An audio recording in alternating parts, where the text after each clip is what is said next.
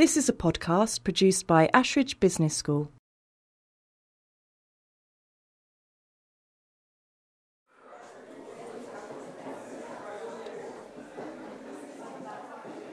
Many of the issues that we're facing now in this current, now official recession are actually issues that have been hanging around for us in industries for some time.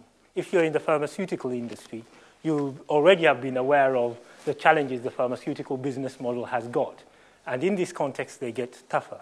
The car industry, the same, and a lot of industries. And I can imagine that for all of us, if we were really honest and sat down long enough and had strategic processes that really allowed us to really ask those silly questions that we've stopped asking since we became adults, we might actually just be able to notice that that business model is no longer sustainable.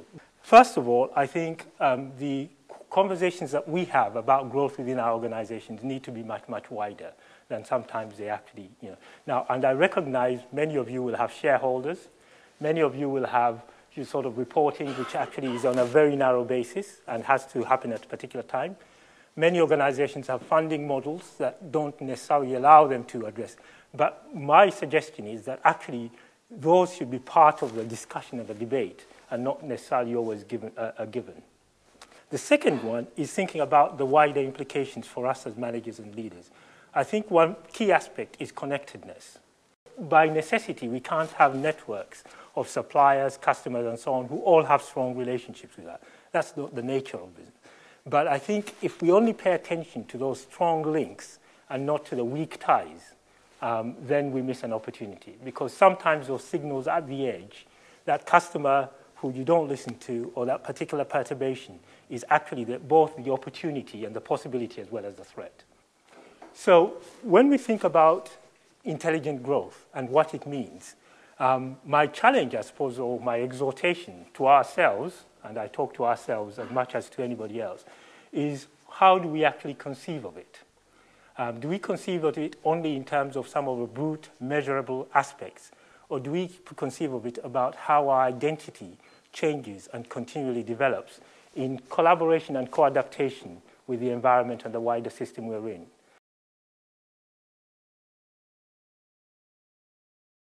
The progress framework that was developed back in 1996, where I was not around, was very simple. And when I get over into my corner, you're most welcome to start asking more detailed questions. But it was basically a framework that was based on 7 fronts of climbing mountain sustainability, as Ray Anderson called it. And we had one front which was focused on the social aspects. We had one front which was focused on redesigning business models. And 5 fronts which basically helped us climb the areas where we could reduce our footprint on the environment. But I thought, since we're talking growth, I thought I'd focus a little bit on just some areas of achievement. And the one that I like the most is the share price that went from $2.50 to $20. But I'm afraid if you look on the websites today on NASDAQ, we're down to 3. But that actually doesn't mean anything, as you all know. We feel like we've got the business into a state based on sustainability principles that we can survive the next downturn. There's a whole body of knowledge of what you think you need to know for business, which you need to know for business to get in the first place. You need to understand ops. I'm told you need to understand economics and statistics. 30 years later, I'm still not quite sure why you need to understand statistics, but that's only me.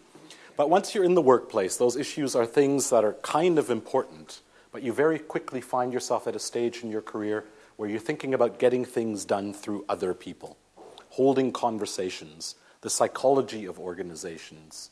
And what we're really trying to do, and I think where business education is going, is to bring these issues collectively in the conversation. That a lot of the sustainability discussions are run by senior management, not necessarily by sustainability people, often not by management development. And how can you bring this into a strategic discussion? Our goal is to align management development with strategic challenges and directions of organizations. I think then the school and the management development departments are successful, but it's not always there, and that's the type of thing I'm interested in. I've certainly got some points to think about today. I mean, applying the concepts, the philosophies of sustainability to a global banking institution is something quite new. That should be some interesting talking points in the office tomorrow and in the coming days.